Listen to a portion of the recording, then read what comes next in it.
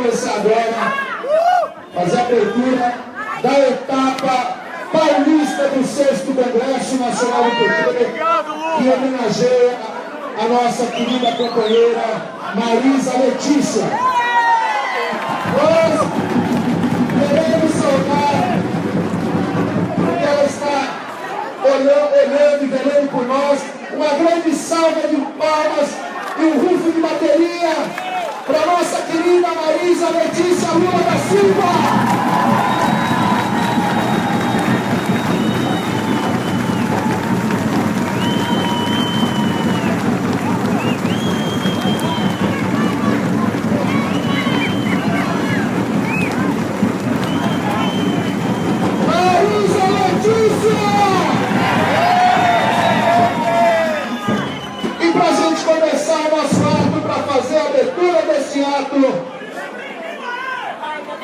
Vai falar com a gente, companheiros. O pessoal aqui no palco precisa ajudar, viu, Biquinho? Para nós começarmos o ato, para dar tudo certo, organização, vou convidar para fazer a abertura oficial do ato o presidente estadual do PT, Emídio de Souza.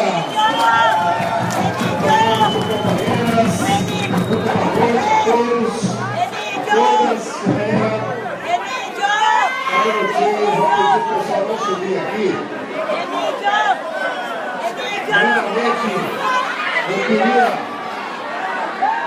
agradecer e saudar a presença de todos os delegados, delegadas da nossa etapa estadual do Congresso Paulista. Eu quero cumprimentar todos os integrantes da mesa, agradecer antecipadamente, para a gente não fazer um ato tão longo.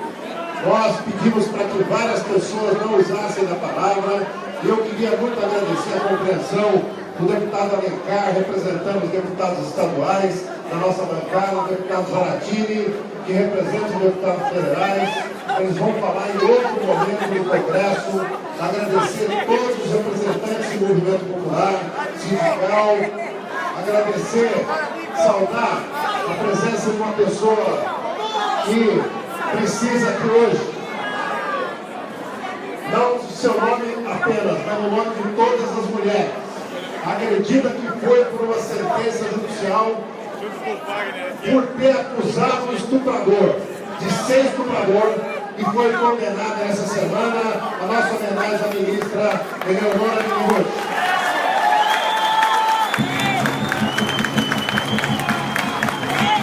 A justiça brasileira é assim, condena a Eleonora Dinigotti a pagar e deixa o ator, agressor, estuprador impune.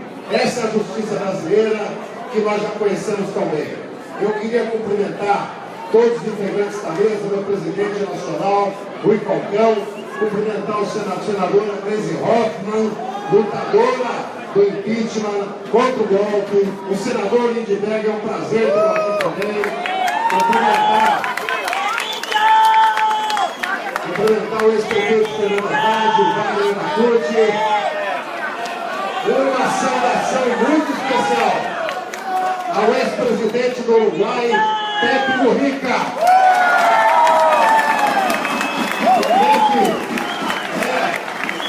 É um símbolo para a juventude brasileira, é um símbolo para a juventude latino-americana. É hoje, no ano de 2017, provavelmente o que o Che Guevara foi nos anos 60 e 70. Plantador de sonhos, estimulador da juventude, que desperta consciência no mundo inteiro. Muito obrigado pela sua presença, presidente Mujica.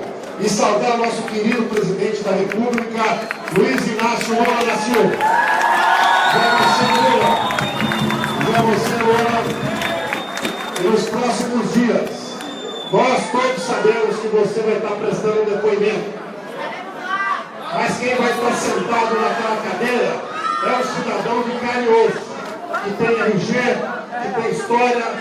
Mas quem vai estar sendo julgado é todos os militantes e todos aqueles que acreditam no Brasil mais justo.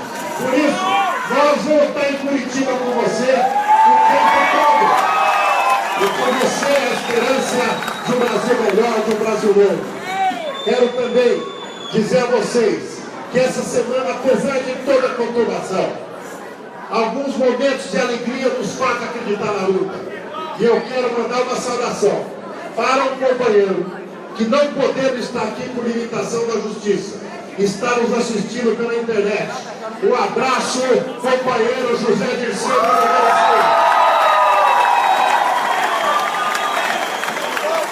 Eu espero.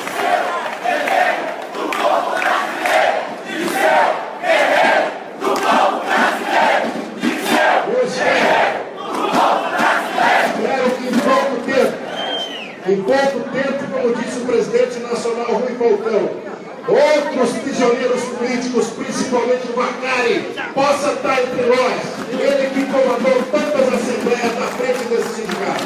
Por isso, companheiros e companheiras, esse congresso é o momento dos 1.200 delegados do Estado de São Paulo, do Pontal do Paranapanema até a Baixada Santista, da divisa com Minas até o Vale do Ribeira, na Grande São Paulo, na Grande Campinas, na região de Sorocaba, Rio Preto e Prudente, todo mundo discutiu o que deve ser o futuro desse partido.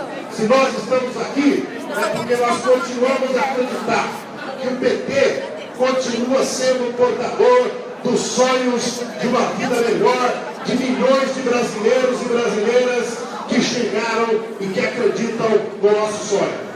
Por isso, companheiros e companheiras, desejo um bom congresso, um congresso a todos vocês. Participem com o afinco do nosso grupo, dos grupos de trabalho, e vamos fazer desse momento um momento de fortalecimento dessa ferramenta extraordinária de luta que é o Partido dos Trabalhadores. Declaro aberta a etapa paulista do 6º Congresso Nacional Marisa Letícia Lula da Silva. Bom congresso a todos! Beleza. Gente, antes da gente chamar a próxima oradora, a gente por ordem aqui, vocês viram que nós compusemos uma mesa, nós estamos transmitindo pela internet, e tem um fotógrafo fazendo parte da mesa. Então eu queria pedir para os fotógrafos para ficar atrás da mesa. O pessoal do Instituto está transmitindo com uma câmera ali, e vocês estão na frente da câmera. Então eu queria pedir para você também, porque você está na frente do prefeito Haddad, não é parte da mesa, eu queria pedir para ficar na parte de trás, tá bom? Para a gente não precisar pedir mais uma vez. Quem é a próxima oradora? Agora, vamos colocar a presença feminina, hein, gente? Por mais mulheres na política. Agora, então, a gente vai ouvir a nossa senadora Gleisi Hoffmann.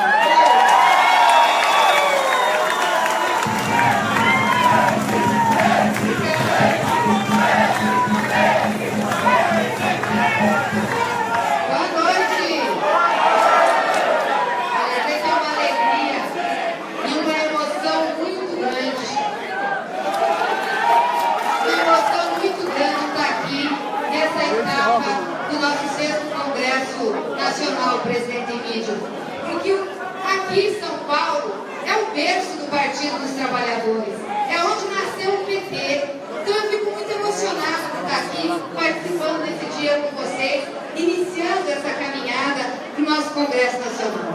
Eu quero cumprimentar todos os companheiros e companheiras que estão aqui na mesa, especialmente o presidente Rui Falcão, presidente nacional do PT, cumprimentar Fernando Haddad, cumprimentar o Wagner, cumprimentar o senador Lindbergh, meu companheiro de caminhada lá no Senado, que está sempre junto com a gente nas grandes lutas, cumprimentar aqui o nosso ex-presidente Pepe Mujica, cumprimentar o Zaratini, nosso líder na Câmara, enfim, todos que estão. E um cumprimento muito especial para o presidente Lula, que será novamente presidente do Brasil.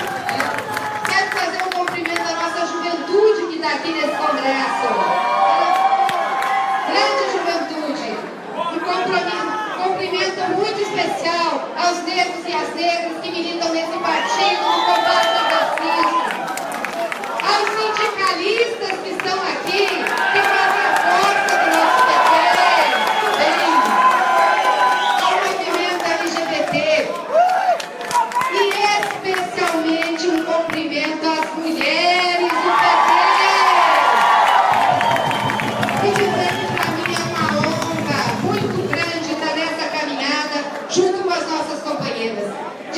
vocês que se hoje eu estou aqui falando dessa mesa, foi pela luta das mulheres petistas, pelas cotas partidárias que nós lutamos pelo nosso espaço. E aqui eu tenho que fazer um desagravo muito especial à nossa companheira Eleonora. Somos todas Eleonora! Não vá para acertar a sentença que nós tivemos contra a Eleonora.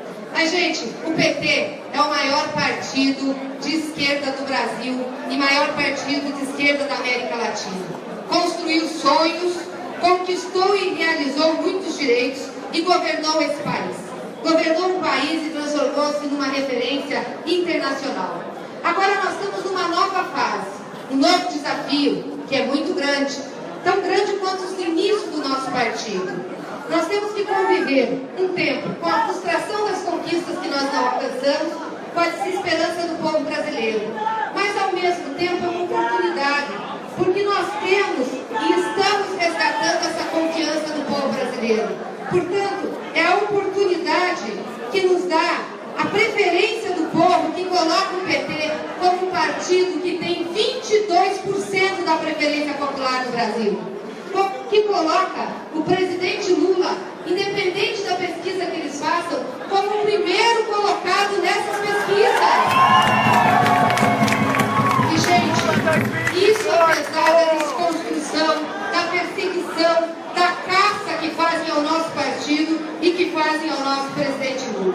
Por isso, nós não podemos errar e temos que aproveitar essa oportunidade. Temos que apostar na nossa unidade. Temos que apostar que conseguimos a unidade na diversidade, como sempre fizemos na história do partido. E nada mais importante do que nesse momento, onde nós precisamos muito estar unidos e usar essas habilidades. Somos homens e mulheres que construíram esse partido. Homens e mulheres que lutam ao lado do povo brasileiro, que militam, que acreditam numa sociedade socialista e democrática. Porque foi o PT que, com esse sonho e através desse sonho, começou a implantar a transformação nesse país. A burguesia não nos odeia pela questão moral, essa falsa moralidade que prega por aí. A burguesia nos odeia por uma visão de classe, porque sabe que é o Partido dos Trabalhadores, é Luiz Inácio Lula da Silva, que conseguiu mudar, transformar as coisas nesse Brasil. Foi esse partido, junto com Lula, foi esse partido, junto com Dilma, que proporcionou 22 milhões de empregos formais nesse país, 6 milhões de micro e pequenas empresas, que teve 12 anos de renda crescendo a 3% ao ano, 74% de aumento real para o salário mínimo, que acabou com a miséria, que reduziu a pobreza, que fez com que o povo pudesse andar de avião e para os aeroportos, que fez com que os pobres tivessem acesso à universidade, à moradia, à previdência. É por isso que nos odeiam, não é por outra coisa. A elite desse país tem ódio do povo e por isso persegue o PT e persegue Lula. Portanto, agora está na hora, nós que já governamos, de nos reposicionar. Nós somos oposição nesse país, oposição a esse governo golpista, a esse governo de quinta categoria. E vamos ser radicais na política, radicais na defesa do povo e radicais na defesa da democracia. Está na hora de assumirmos a nossa responsabilidade como o maior partido de oposição do Brasil. E com isso, com generosidade, construir uma frente de esquerda para, de novo, resgatar a esperança do povo brasileiro e governar esse país. E nesse sentido, companheiros e companheiras, o nosso lugar é na rua, ao lado do povo, ao lado das pessoas, dos movimentos sociais, dos nossos sindicatos. Nós só vamos ganhar uma luta no parlamento se tiver povo na rua. Não vai ser na discussão do parlamento que nós vamos enfrentar a reforma dos golpistas. Nós precisamos estar do lado daqueles que estão lutando. Precisamos rejuvenescer a nossa política, as nossas estruturas. E quero aqui lembrar Belchior, que nos deixou agora há pouco tempo. Precisamos todos nos rejuvenescer e estar firmes na luta ao lado do povo brasileiro. Temos que estar ao lado dos sem terras, dos sem tetos, ao lado dos índios, combatendo racismo, homofobia, tendo que combater também o machismo, a misoginia, a xenofobia, tudo isso que foi aberto as portas do inferno e apareceu à sociedade brasileira por culpa e obra desse governo que estimula a intolerância que tem na nossa sociedade. Nós não podemos aceitar, temos que lutar. E só tem uma coisa para que a gente possa enfrentar tudo isso no combate a esse governo: é o voto popular. Por isso nós precisamos agora de eleições diretas nesse país. E precisamos antecipar as eleições gerais. Ou essa gente devolve o mandato da Dilma, ou tem coragem de convocar eleições e se submeter a voto. E é por isso que a gente tem que lutar. E aí eu não tenho dúvidas, presidente, no cenário desse de eleição, você é a nossa esperança. A esperança do povo brasileiro. E eu queria aqui falar da sua dignidade, da sua generosidade, da sua força. Lula é uma pessoa que nos inspira. Passar o que ele está passando, a verdadeira caçada que está sendo feita contra esse homem, porque tem lado, tem posição pela maioria do povo brasileiro, não é qualquer um que aguentaria. E sabe por que o presidente Lula resiste? Primeiro pela força que ele tem, mas sobretudo pelo legado que deixou a esse país. Nenhum outro presidente tem o legado de Luiz Inácio Lula da Silva. Nenhum outro presidente ousou tanto, defendeu tanto o povo brasileiro como o presidente Lula. E a sua vida não tem sido fácil, sei disso, presidente Lula. Não tem sido fácil na política e não tem sido fácil no campo pessoal. Perder sua companheira, perder Marisa Letícia, a quem nós estamos homenageando nesse 6º Congresso, não foi fácil e não está sendo fácil. Mas o senhor está aqui, de cabeça erguida, firme, forte, valente, corajoso, enfrentando essa luta. Aliás, dando força pra gente. Nós aqui devíamos estar dando força para Lula, e o Lula está dando força pra gente. Sabe por quê? Porque ele tem clareza na luta de classe nesse país. E tem clareza do papel histórico que ele exerce na defesa dos interesses do povo brasileiro. Portanto, nós aqui, militância, dirigentes, as instâncias partidárias, a nossa CUT, os movimentos sociais, a Fundação Perseu Abramo, temos que estar todos aqui muito fortes e firmes, unidos, para construir um caminho que levará Lula de novo a ser presidente do Brasil. E como disse o presidente, no evento que nós fizemos lá em São Paulo, ele disse o seguinte: eu quero ser candidato, quero ser presidente, não para fazer o mesmo, mas para fazer melhor. E é isso, presidente. É o desafio que nós temos de enfrentar agora esse rentismo e a concentração do sistema financeiro nesse país, que tira dos pobres para dar para os ricos. Nós temos que regulamentar o sistema financeiro brasileiro. Nós temos que enfrentar o domínio dos meios de comunicação por um grupo pequeno da mídia e enfrentar a Rede Globo, que não pode continuar se pretendendo dona desse país. Temos que democratizar os meios de comunicação e temos que enfrentar a hegemonia da classe dominante na estrutura do Estado. Nós não temos instituições republicanas. As instituições nossas têm lado, e não é o lado do povo brasileiro. E nós vamos ter que enfrentar. E eu tenho certeza que com o governo do presidente Lula, esses serão os nossos novos desafios. E aqui, como dizia a nossa generosa, humana e intransigente, revolucionária e intransigente Rosa Luxemburgo: há todo um velho mundo ainda por destruir, e todo um novo mundo a construir. Mas nós conseguiremos, jovens amigos, não é verdade? É verdade. Presidente Lula, nós estamos com você. Ninguém deixou um legado maior para esse país que não você.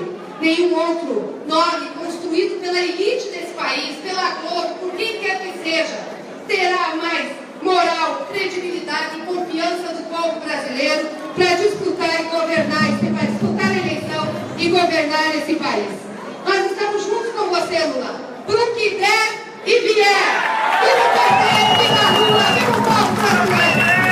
Obrigado, senadora Gleisi Hoffmann. Companheiros, só lembrete, nós já abrimos o credenciamento de novo, tá? O pessoal já está credenciando os nossos delegados e delegadas, tá? Pode ficar tranquilo que vai até mais tarde o credenciamento. É só ir aqui pelo portão do lado direito aqui nosso do palco. Agradecer a presença de alguns deputados que nós não anunciamos. Os nossos deputados federais, Paulo Teixeira, Ana Perugini, Valmir Placidelli, José Mentor, Vicente Cândido, as nossas deputadas estadual Ana do Carmo, Bete Saão, Márcia Lia, o deputado estadual João Paulo Rilo, deputado Geraldo Cruz, nosso prefeito de Araraquara e ex-presidente estadual do PT, Edinho Silva, o nosso senador Suplicy aqui também. O próximo orador também, orgulho do PT, nosso sempre cara pintada, Lindeberg de Faria.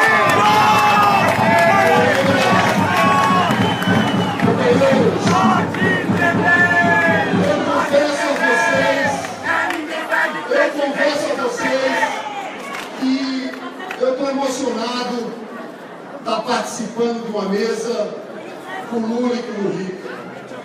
Acho que vocês têm que entender, nós estamos vivendo um momento histórico aqui, com dois gigantes da história da América Latina. Nós vamos ter Lula e Mujica inspirando várias gerações no futuro. Porque, como falou Eduardo Galeano, uruguaio, a história da América Latina é a história do sangue, da resistência dos povos contra a colonização espanhola, a colonização portuguesa, o império inglês e o imperialismo norte-americano.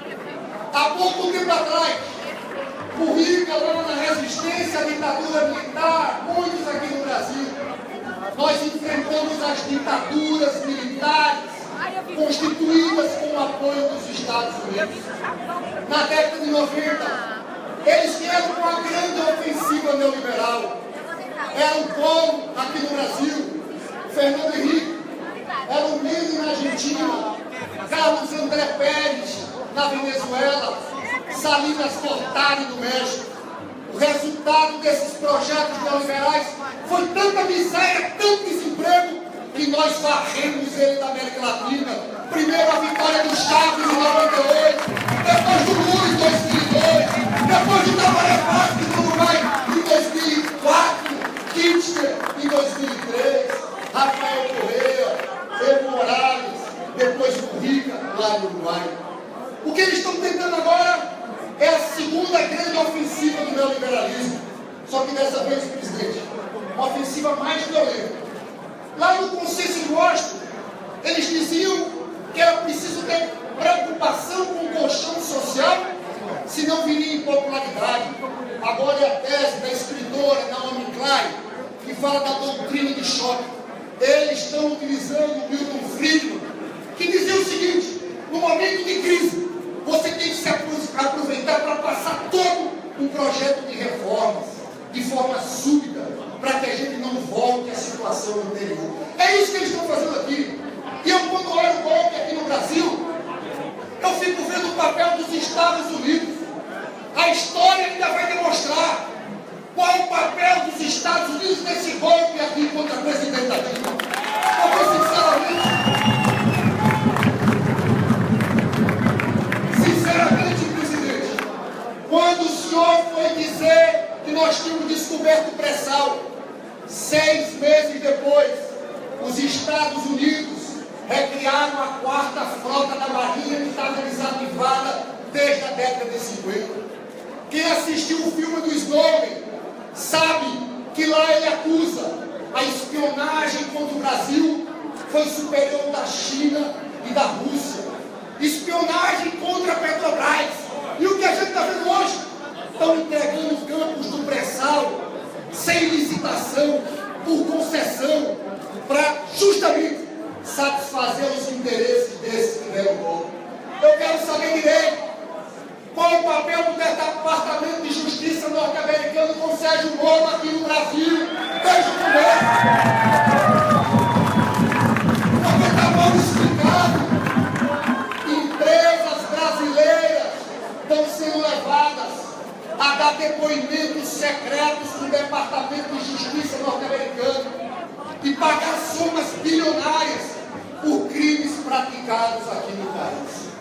Agora, companheiras, esse golpe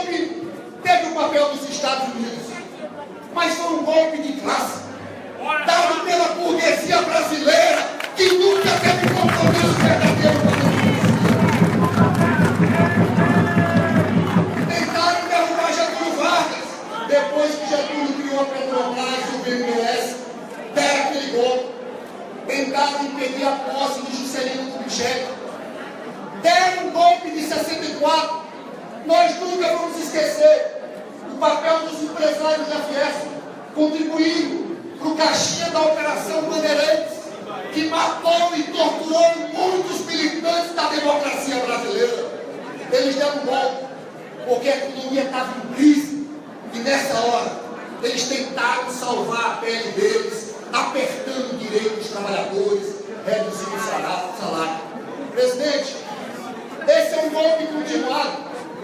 O golpe não é uma coisa passada só de afastar Dilma. Eu vejo essa perseguição infame contra o presidente Lula. Você sabe que Sobral Pinto foi advogado do Luiz Carlos Prestes. Teve um determinado momento que o Sobral Pinto utilizou o Estatuto da Defesa dos Direitos dos Animais para defender Luiz Carlos Prestes. Eu falo isso porque Lula não está acima da lei, mas não está abaixo da lei.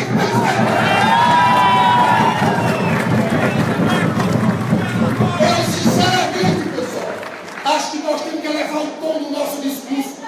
Nós não podemos aceitar que eles tirem o homem que lidera as pesquisas no Brasil. O homem que representa o processo eleitoral. Presidente, eu sinceramente, eu acho que do mensalão para cá, sinceramente, a gente às vezes foi frouxo demais.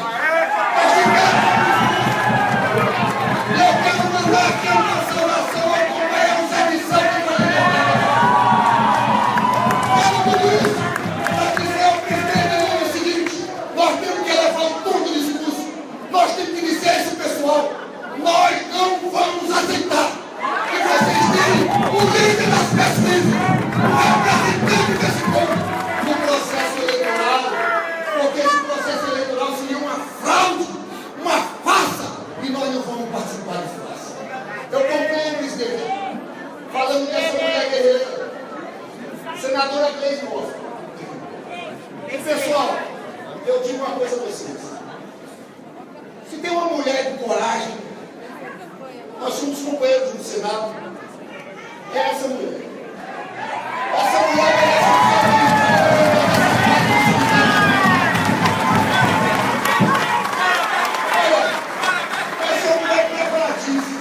inteligente. Eu tenho certeza, presidente, que aqui nós temos em casa.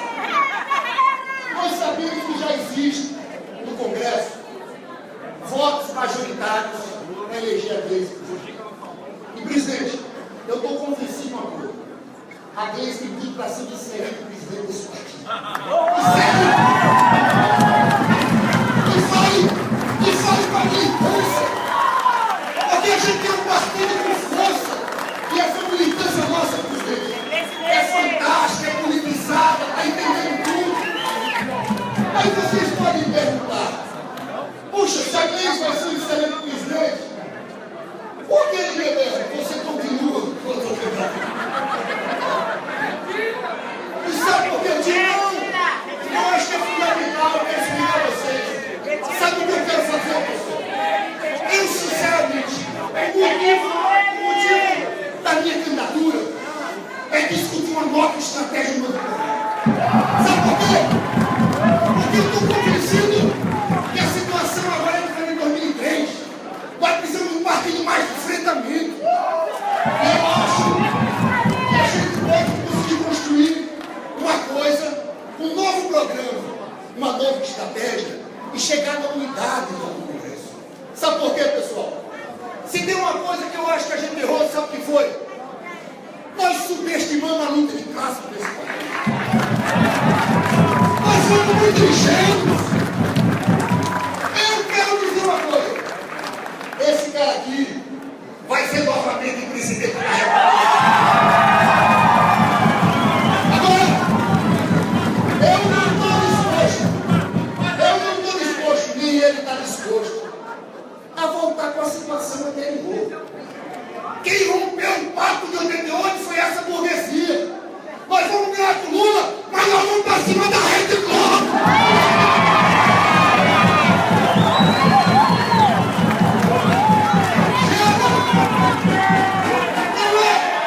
Não é aquele cenário de 2003, presidente, que relativo à paz social. Nós vamos ganhar, mas eles vão tentar desestabilizar a gente.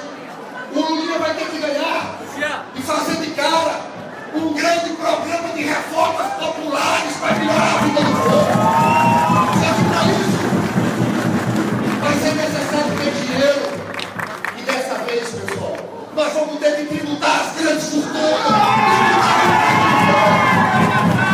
Dessa vez, nós vamos ter que mexer no sistema da dívida. Porque é só banqueiro ganhando 35% do orçamento. Presidente, eu sei que não dá para ver tudo de uma vez. Mas nós temos que reformar o Estado brasileiro. Reformar esse poder judiciário desgraçado. Presidente, para concluir, nós vamos ter que mexer em questões centrais para a vida da nossa juventude, que está sendo massacrada. Eu não abro mão de discutir a desmilitarização da Polícia Militar. Porque essa polícia faz guerra ao inimigo, ao cidadão e não protege o cidadão. E por fim, presidente, eu quando vejo aqui no Rio, você sabe que no Brasil morrem 30 mil jovens por ano, vítimas dessa política de guerra jovens. 70% jovens negros moradores da periferia. Vocês sabem quantas pessoas morreram na política de guerra jovens no Uruguai em 2015? 0! Nós temos que mudar essa política. Eu quero abrir dizendo uma coisa a vocês. Pessoal, esse é o partido. Que me desculpem os outros partidos de esquerda. Que me desculpem os nossos coleguinhas do pessoal que se diz os esquerdistas. Eles não têm projeto nacional. Tem pautas identitárias importantes que nós respeitamos. Mas o único partido que fala para a classe trabalhadora é o Partido dos Trabalhadores. É por isso que eu tenho muito orgulho. É dos trabalhadores. Partido é dos trabalhadores. Partido é dos trabalhadores. Partido é dos trabalhadores. É por isso que eu tenho muito orgulho de fazer parte do PT. Eu digo sempre, as melhores coisas que o PT tem é Lula e sua militância. Até essa militância fica nem filiada, mas que tem que ser valorizada. E vocês, pessoal, têm que andar de cabeça erguida. Porque a mídia está com o PT, porque sabe que se acabarem com o PT, os trabalhadores ficam desprotegidos. Nós temos que ter orgulho, porque nós estamos com essa batalha por uma causa. E a nossa causa é a causa do povo mais pobre, do povo trabalhador.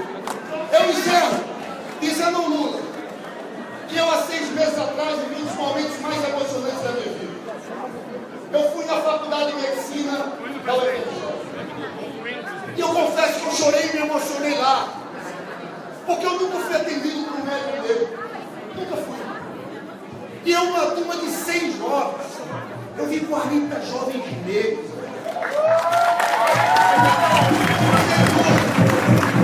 Eu queria encerrar. Toda a força do mundo para ti.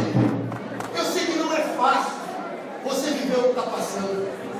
Mas, presidente, é como se fosse essa tua caminhada sofrida. Essa tua via crucis está levantando o povo brasileiro. E o povo brasileiro está percebendo o que está acontecendo no país. Eu não quero que você se alimente disso. Eu encerro dizendo uma coisa. O ataque ao Lula deles é porque eles sabem que enquanto tiver Lula, eles não vão conseguir massacrar o povo trabalhador. Viva o Partido dos Trabalhadores!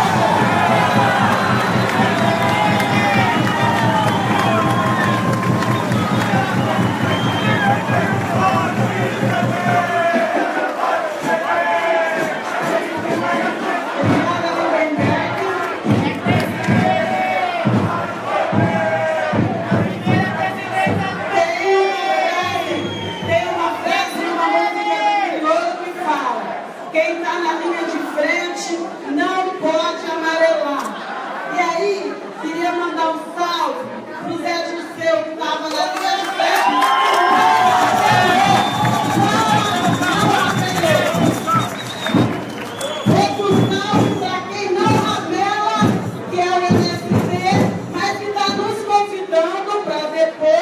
Congresso amanhã para ir à Segunda-feira Nacional de Reforma Agrária, lá no Parque da Água Branca, e que o presidente Chico, inclusive, vai estar presente. Gente, nós precisamos desbravar o interior.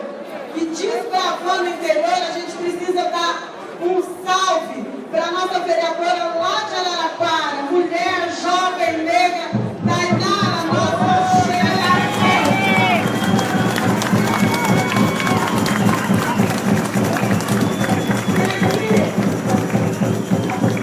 Se a luta contra a direita está difícil aqui na capital, está no interior. E meu salve para o prefeito Edinho, que teve a coragem. Quem está na linha de frente do Ramela era ministro, foi lá, e nós temos o prefeito de Araraquara. Salve, Edinho! E agora nós vamos ouvir mais um que do Ramela. Rui Falcão. Passa o microfone. Boa noite, companheiros e companheiras. Quero saudar a companheira Gleice e a companheira Eleonora. Em nome dela, saudar todas as mulheres, todas as companheiras presentes. Quero saudar o companheiro ex-presidente do Uruguai, companheiro Pepe Mujica, e junto com ele também o presidente Lula, o nosso presidente de honra do Partido dos Trabalhadores. Saudar o companheiro Emílio de Souza, em nome dele toda a direção estadual do PT na abertura desse congresso, todos os nossos e as nossas parlamentares, lideranças do movimento popular e sindical, e toda a militância, todos os delegados e delegadas do nosso partido. Companheiros e companheiras, o presidente Lula ia prestar depoimento em Curitiba no dia 3 passado. Era a primeira vez que ele teria a chance de falar, porque até hoje só falam dele e falam mal, porque o povo fala dele. E quanto mais falam dele, mais ele tem crescido nas pesquisas. E junto com ele, o Partido dos Trabalhadores se recupera a cada momento e tem mais popularidade do que todos os outros partidos somados. Por que então o depoimento do presidente Lula foi adiado do dia 3 para o dia 10, quarta-feira próxima em Curitiba? Em primeiro lugar, porque é uma tentativa de desmobilização. E esse primeiro objetivo não vai ser atingido, porque eu tenho certeza que todo o movimento popular e sindical, toda a militância que se dirige para automaticamente, autonomamente, vai ter uma recepção calorosa, uma festa da democracia e de defesa do presidente Lula em Curitiba. Mas por que adiaram também a lei da desmobilização? Porque era preciso, do dia 3 ao dia 10, forjar novas delações, criar novas mentiras, novas calúnias, porque até agora, companheiros e companheiras, não há uma prova, não há um centavo que o presidente Lula tenha pegado para si, apesar de todas as delações forjadas que eles têm feito. E é possível que de hoje até o dia 10 surjam novos depoimentos tentando forjar uma prova. Porque, como diz o presidente Lula falando da Rede Globo, há uma novela que vem sendo construída há 10 anos e mais recentemente nos últimos 3 anos tentando demonstrar que o presidente Lula não é honesto, que o presidente Lula está cumpliciado com a corrupção, que o PT é uma organização criminosa, mas nada disso se provou até agora. Então como é que o Moro vai fazer? Vai inocentar o Lula porque não tem provas? Vai condenar o Lula com base em convicções? Essa é a tentativa que vem de hoje, pelo menos, até o dia 10. Vocês são militantes, vocês conversam com a população. E há setores da população que tanto martelarem na Globo, que tanto influírem em coisas nas novelas, começa a colocar em dúvida a honestidade do presidente Lula. Porque o que se trata é que o presidente Lula defendeu os trabalhadores e eles querem acabar com os direitos, querem acabar com a aposentadoria. E para isso é preciso destruir alguém que não permitirá que isso ocorra. Então, companheiros e companheiras, nós queremos que o presidente Lula seja eleito. Nós queremos que ele tenha direito a ser candidato. Então, para isso, não basta retórica. É importante atuar nas redes sociais, mas não basta isso também. Nós fomos golpeados no impeachment e a nossa capacidade de reação foi pequena, porque nós não estávamos preparados para o golpe. E agora nós temos que ter consciência que há um outro golpe em andamento, e esse nós temos que barrar.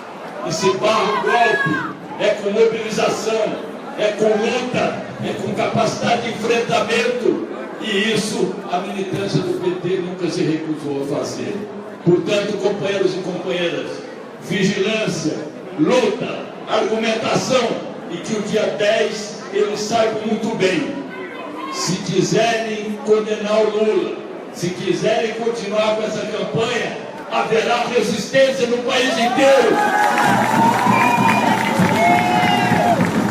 Certamente, nessa resistência não estarão apenas os militantes do PT, estarão as lideranças do movimento popular, os sem terra, os sem teto, os líderes sindicais, a CUT e outras centrais, os partidos de esquerda, como o PCdoB, emanados para garantir a democracia no Brasil.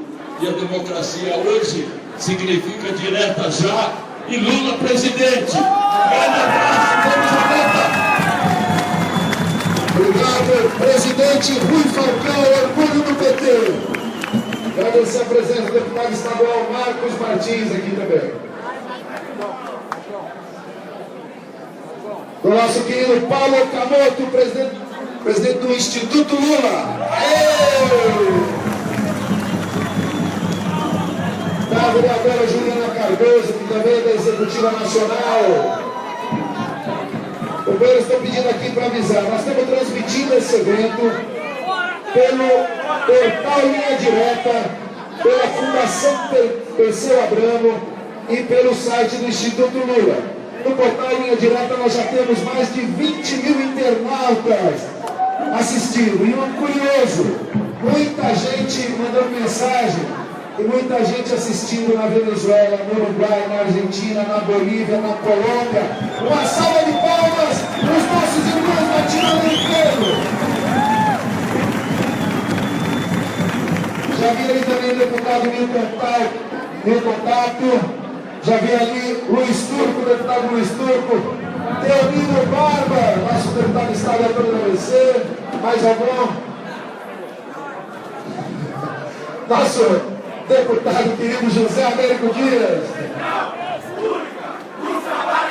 Central Única dos Trabalhadores, presente.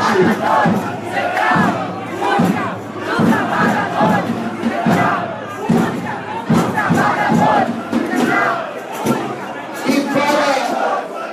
para trazer aqui um abraço ao povo brasileiro, em nome da comunidade latino-americana, nós vamos passar a palavra agora para o ícone, nosso santo guerreiro, o homem que dedicou a sua vida a libertar o povo do seu país, o povo da América Latina. Quero pedir uma grande salva de palmas para o nosso presidente, Pepe Mujica!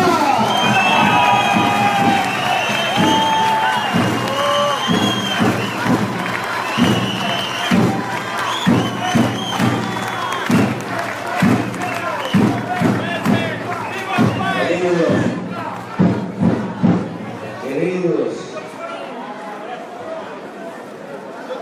yo soy viejo.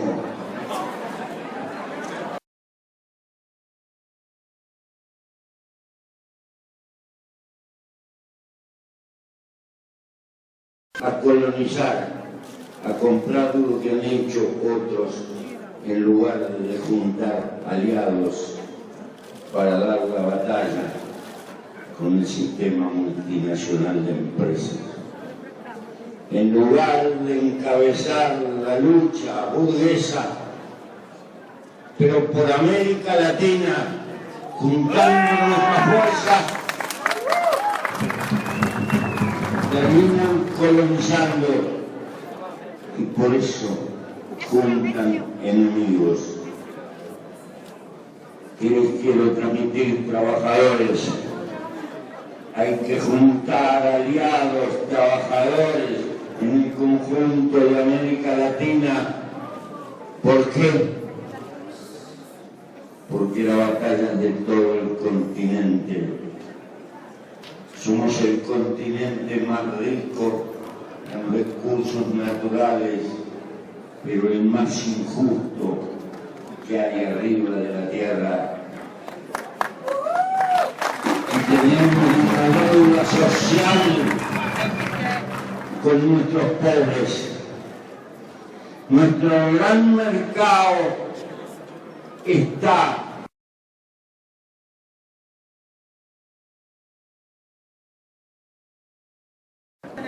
allí con más de 600 millones y con ventaja en el conocimiento. Que China es un Estado multinacional viejo y está emergiendo, que vamos a ser los latinoamericanos atomizados sin que encabece la lucha en la Amazonia. La responsabilidad de Brasil es continental. Que lo entienda, Brasil solo no puede. Y el resto de los latinoamericanos sin Brasil tampoco podemos.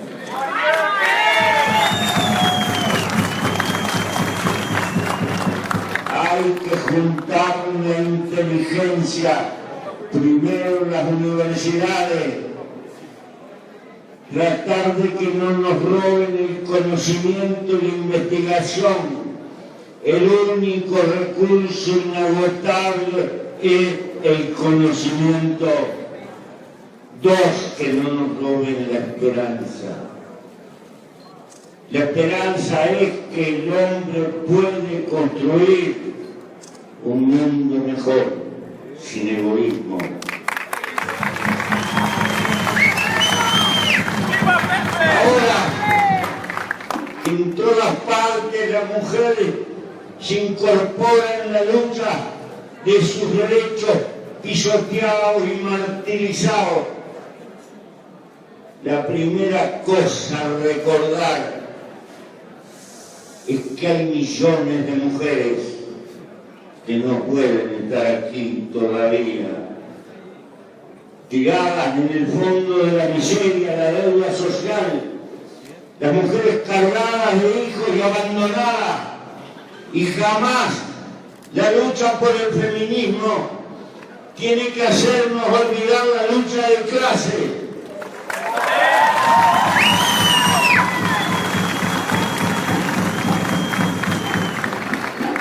La lucha de clases para nosotros no debe ser odio. Cuidado, compañeros luchadores. Hay una trampa de odio confrontativa planteada por la derecha, por lo peor, por lo más reaccionario de la derecha, porque hay derechas y derechas. No hay que cometer el error de confundir y pensar en blanco y negro.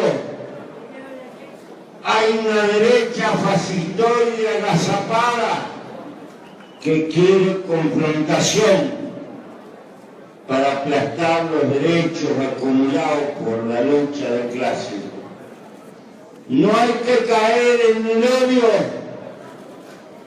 porque en el fondo nuestra lucha no es solo por los oprimidos, es también para un mundo que no tenga opresores.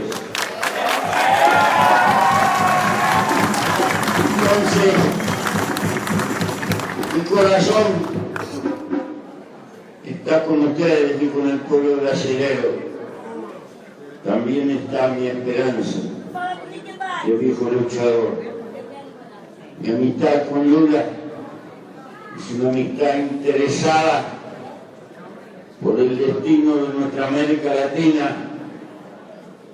Ahora que están amenazando a México, que le quieren hacer un paredón de vergüenza, es hora que los brasileños miren a México y brinden solidaridad y le planteen a México que mire hacia el sur. Este problema negativo hay que transformarlo en una posibilidad, porque la desgracia de México es estar tan lejos de Dios y tan cerca de Estados Unidos. Por todo esto y por el mundo que va a venir, con una democracia amenazada por una derecha furibunda, pero también amenazada por la revolución digital, la mayor amenaza de dominación que ha conocido la historia. Hoy es posible técnicamente averiguar cuál es el perfil psicológico de millones de personas, transformarlos en esquemas y mandarle mensajes de convincente para cada perfil de lo que hay en una sociedad.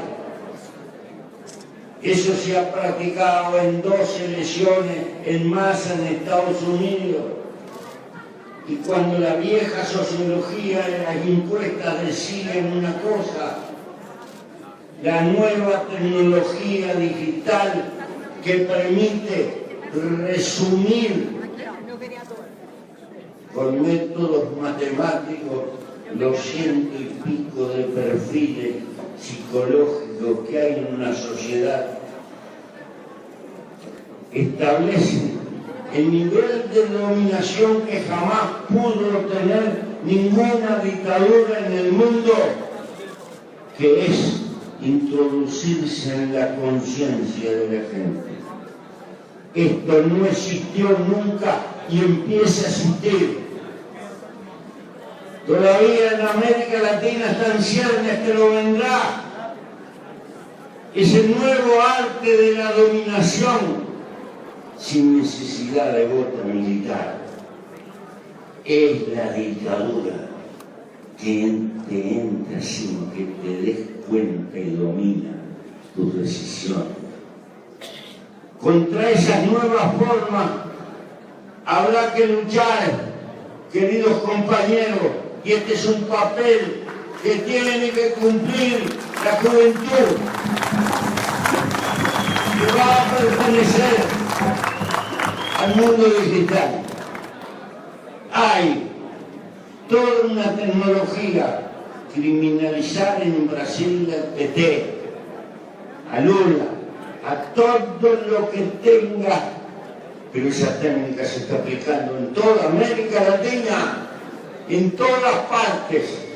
Todo lo que sea popular, hay que emprender campañas periodísticas, sistemáticas de destrucción y tratar de utilizar las grietas que puede abrir el poder judicial por todas partes, judicializar la política.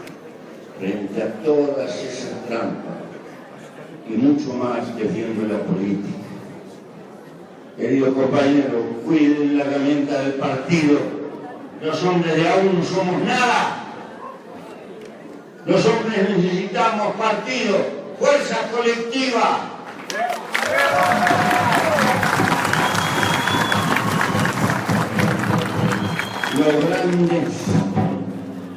los grandes nombres no pueden sustituir a la columna de la gente.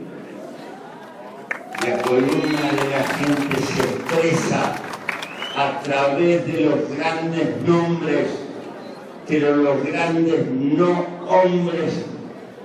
Si la columna de la gente, que es la que hace historia, no construye un tiempo de porvenir. Por eso, pueden el partido, respétenlo y aprendan. Si quieren un partido grande, sean tolerantes con sus propios defectos. En los partidos no hay dioses, hay criaturas humanas con todas las pequeñeces y grandezas que tenemos los seres humanos. Si quieren un partido grande, aprendan a tolerar también las diferencias. No se autoricen. Una de las desgracias mayores de Brasil es la atomización política. No puede haber 30 proyectos de país, ¿están locos? Hay 2 proyectos de país y no más. Pero supongamos que tenga algún matiz, 3 o 4, no mucho más. Por eso, políticas de alianza. Pero saber hasta dónde llegan las alianzas.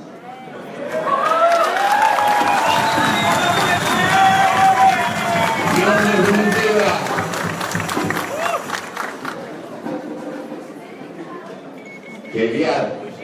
Pelear, luchar. Pero darse cuenta que la lucha es larga y que va de generaciones en generaciones. Termino, compañeros. Creemos que luchamos por el poder. No. Somos un resultado de la historia humana.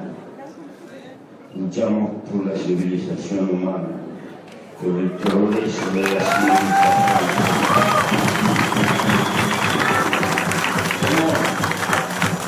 No lucharon antes que nosotros los que lucharon por la abolición de la esclavitud, antes que nosotros los que lucharon por las 8 horas, antes que nosotros los que lucharon contra la monarquía absoluta de origen divino, antes que nosotros, Espartaco, Epaminondas, Azoka, antes que nosotros Cristo, no el Hijo de Dios, el Hijo de María.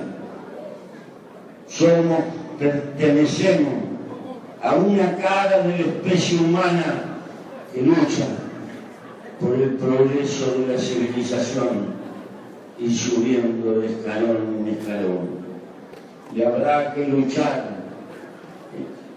Los jóvenes de hoy, cuando tengan mi edad, estarán cansados de luchar contra la robotización.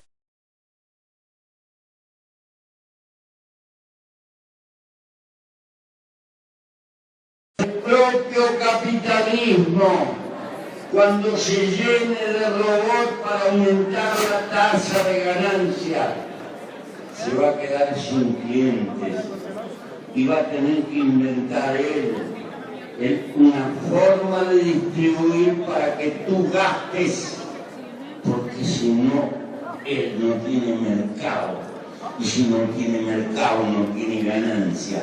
Esa es la vieja contradicción en la base de la sociedad.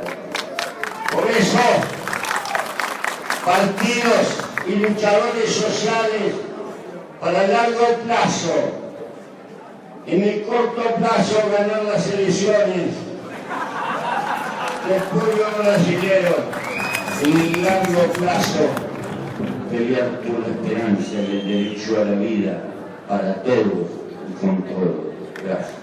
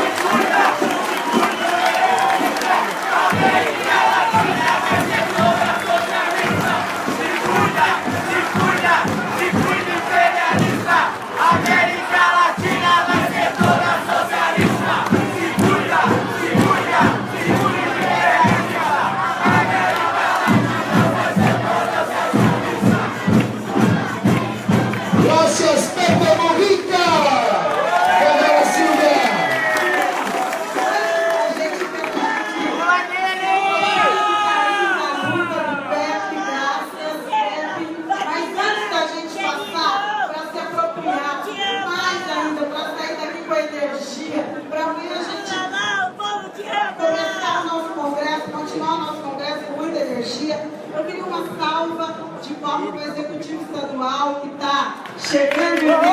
Mas eu queria que essa salva fosse na pessoa do nosso secretário de organização, Gerson Bittencourt. Salva na pessoa dele, um beijo no coração de todos os companheiros da executiva até aqui. E agora a gente já está com energia de PEP. A gente vai lembrar que o ano que vem, a partir de amanhã, a gente está com você está com muita energia. Muita energia. Tem lá na Nigéria, o povo Yorubá, quando a gente vai dizer obrigado para alguém, que a gente quer dizer obrigado por tudo. E essa pessoa mais velha que a gente diz, ó chegando. E aí a gente podia mandar muita energia, Lula, lá na Nigéria, o povo Yorubá, quando agradece a cada um dos feitos das pessoas mais velhas, a gente diz, ó chegando. E é com essa energia que o povo africano que ajudou a construir essa nação, é com essa energia que o povo africano e o povo afro-brasileiro que teve voz nesse governo e precisa ter mais voz no próximo governo de Luiz Inácio Lula da Silva, é que a gente chama. Lula, é com você.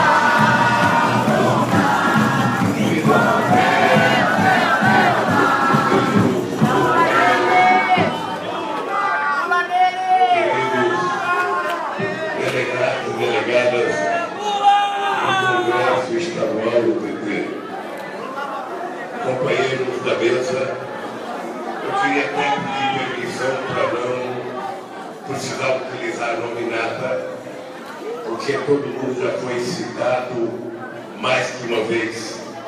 Seria ocupar um pouco o tempo de vocês citando nomes.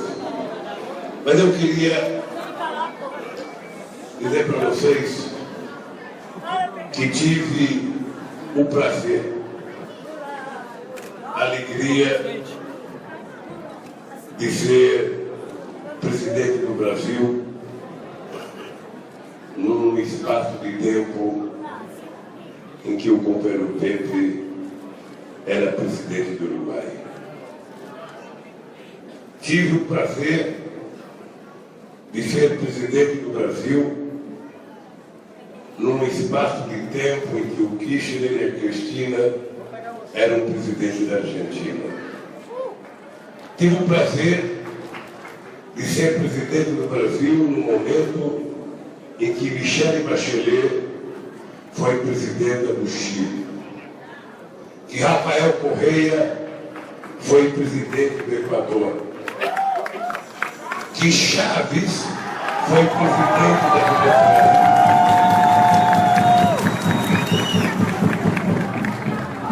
que o companheiro Evo Morales foi presidente da Bolívia, que o companheiro Lugo foi presidente do Paraguai, e que tantos outros companheiros, menos da esquerda, mas ao centro, mais ao centro-direita, foram candidatos e foram presidentes do seu país. Tive o prazer de ser presidente da República do Brasil, quando a gente, na frente do presidente Bush, em Mar del Plata, dissemos não à ALCA na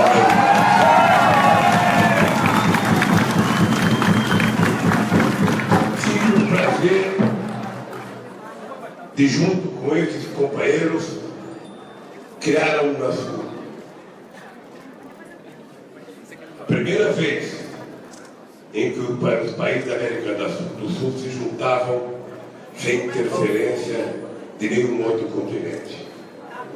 Tive o prazer de ajudar a criar a CELAC com o primeiro encontro em Salvador, na Bahia, fazendo em 500 anos a primeira reunião de todos os países da América Latina e Caribe sem a presença dos Estados Unidos e do Canadá.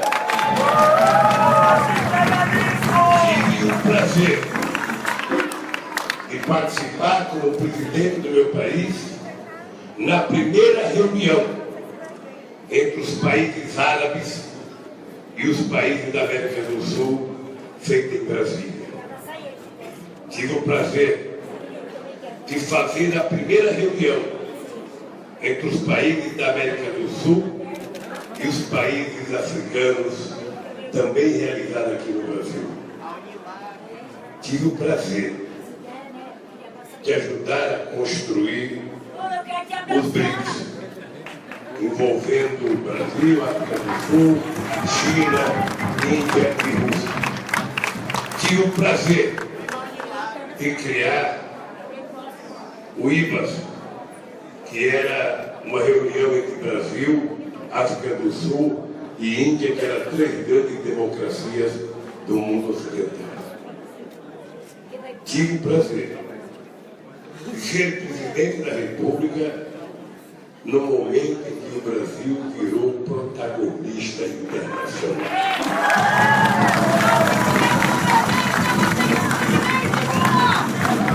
Eu tive o prazer de, no dia 10 de dezembro de 2002, já eleito presidente da República sem ter tomado posse, ser convidado pelo presidente Bush para discutir o terrorismo. O presidente do Uruguai na época era o companheiro Tabaré Vázquez, atual presidente de hoje. E ser convidado pelo Bush para enfrentar a luta contra o terrorismo e para fazer a guerra do Iraque. Eu disse ao Bush: eu não conheço Saddam Hussein. O Irã fica a 14 mil quilômetros do Brasil. Nunca fizeram nada para nós. A minha guerra não é contra Saddam Hussein, é contra a fome.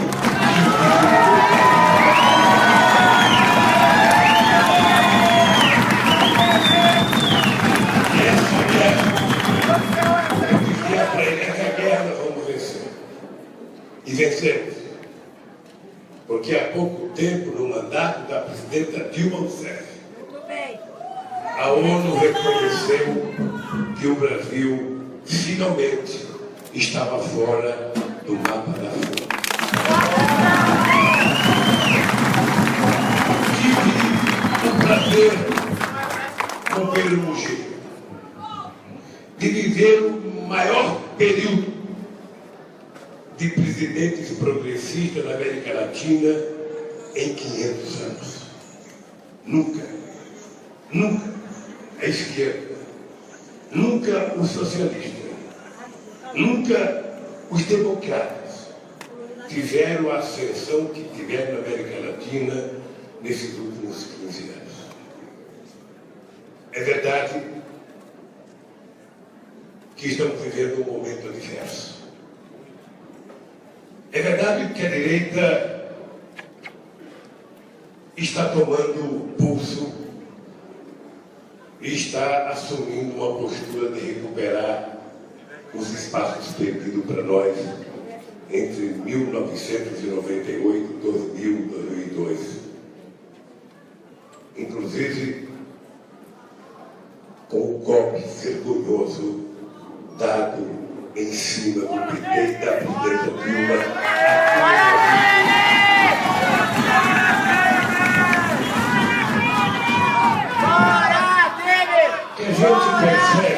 O que a gente percebe é que é uma avanço internacional da extrema-direita e da direita. Veja o que está acontecendo nas eleições francesas. Veja o que aconteceu nos Estados Unidos. Não que eu gostasse da Hillary Clinton, porque ela não gostava do Brasil e não gostava da América Latina. Mas nos Estados Unidos merecia alguém melhor. Alguém que tivesse pelo menos senso de humor. Alguém que conhecesse um pouco o mundo e que não fosse tão retrógrado. E que fosse político. Agora, no Equador, o candidato que quase derrota a esquerda era um grande banqueiro. Aqui, Haddad, aqui, uma almofadinha, um coxinha,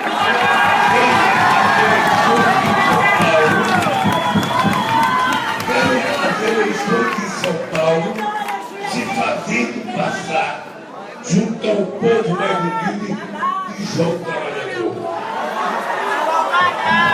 Se algum dia vocês encontrarem ele, pergunte se ele já teve na vida uma carteira profissional assinada.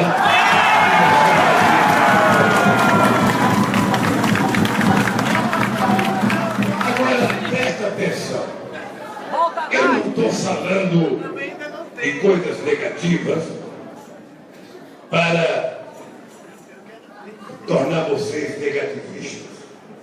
Eu estou falando de coisas negativas para mostrar para vocês que tudo tem tempo para acontecer e hora para acontecer. Pensei o que aconteceu conosco em outubro de 2016. É isso aí. O PT perdeu São Paulo. O PT perdeu Osasco. Já do prefeito já ter abandonado. O PT perdeu Guarulhos. O PT perdeu São Bernardo. O PT perdeu Santo André. O PT perdeu São José dos Campos. O PT perdeu grandes cidades. E as manchetes dos jornais desse país diziam: o PT acabou. Não acabou não. Vai aqui. Essa mesma imprensa que dizia que o PT acabou, dizia todo dia: amanhã o Lula vai ser preso. Vai não. Amanhã prenderam o tal empresário, ele vai delatar o Lula.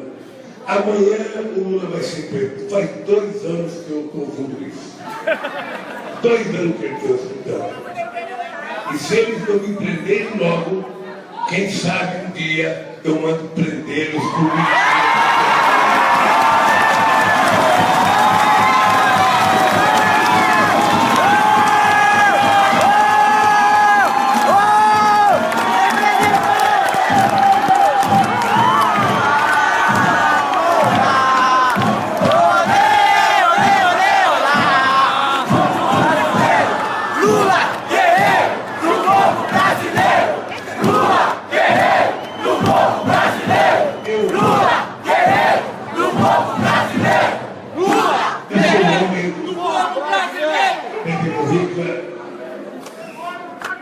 Yo soy un hombre de mucha suerte.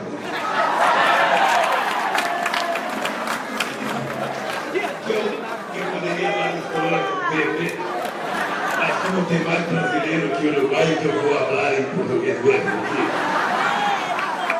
Mas eu sou um homem de muita sorte, porque veja, Deus me deu tudo. Eu tenho que levantar todo dia e agradecer a Deus.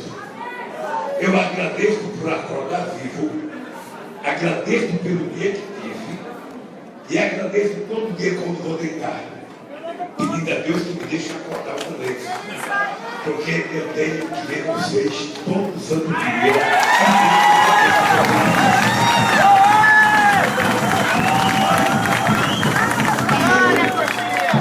Com essa crença com essa fé em Deus, perdi a minha mulher. Depois, agora dia 23 de maio, ia fazer 44 anos de casado. Ontem fez 3 meses que ela morreu.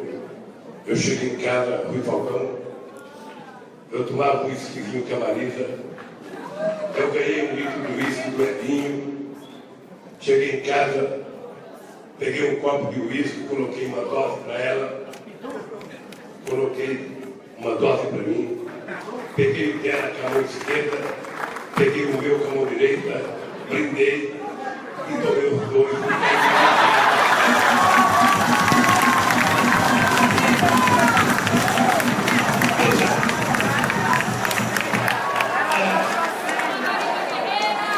Eu não posso brindar todo dia, porque senão eu terei que beber em dobro e eu não posso beber em dobro. Mas veja, perdi minha mulher e Deus é tão grande, é tão generoso, que me deu a primeira bicicleta. Então você perde uma pessoa que você ama aos 66 anos de idade e ganha uma pessoa para você voltar a amar a vida inteira outra vez. Só Deus pode fazer isso. E Deus deve estar enxergando o que está acontecendo nesse país. Eu todo santo dia fico esperando alguém dizer: esse Lula deve ter roubado muito. O coração da minha mãe! De um triplex para tentar impressionar vocês.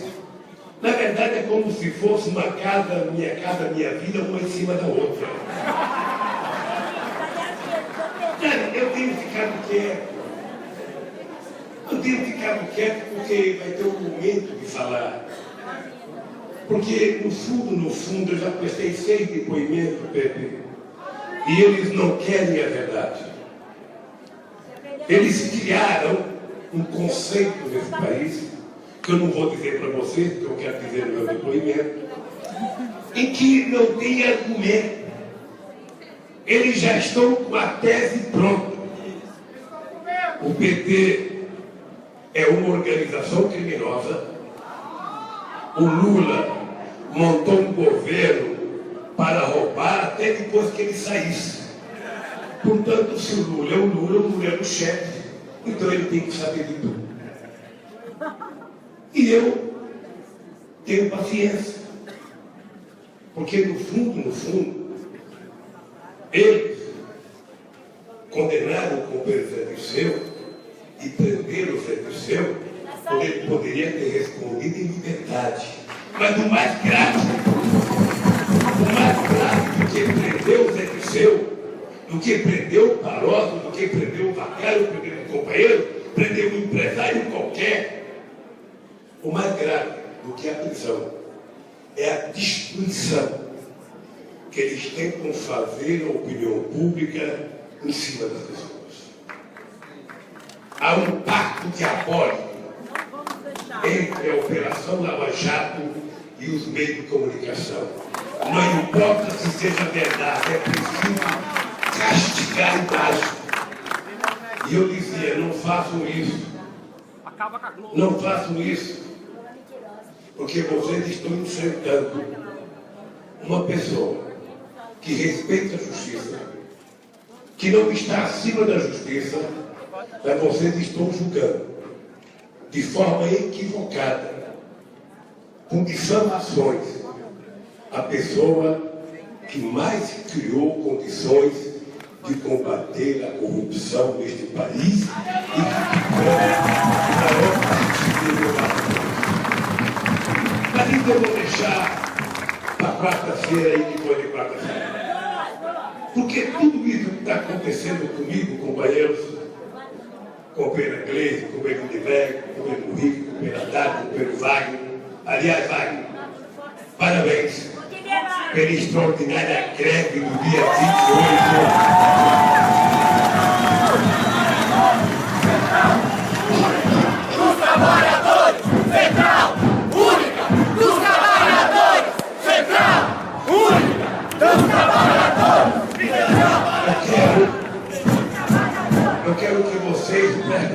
atenção em algumas coisas que estão acontecendo no Brasil.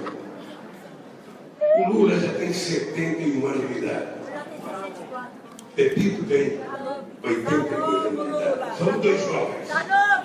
Mas, ó, eu, embora tenha 71 anos com o Pedro Marinho, tenho energia de 30 anos.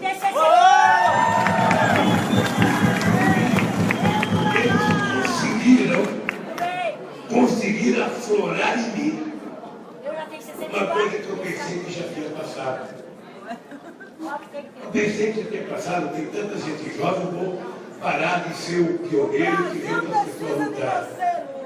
Mas na hora que eles resolveram tentar destruir uma biografia que eu não devo a eles, que eu devo a vocês,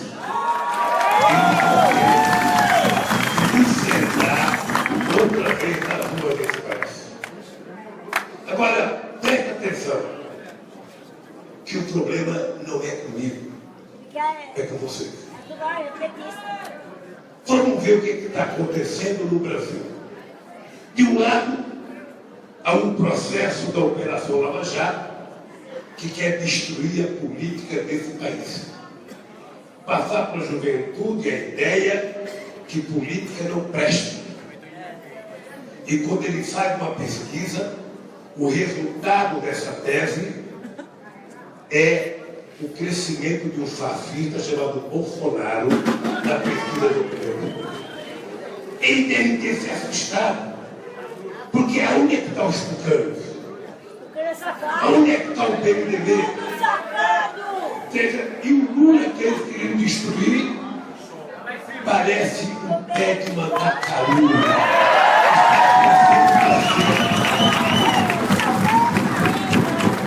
Eles não sabem como é que uma mandacaru sobrevive.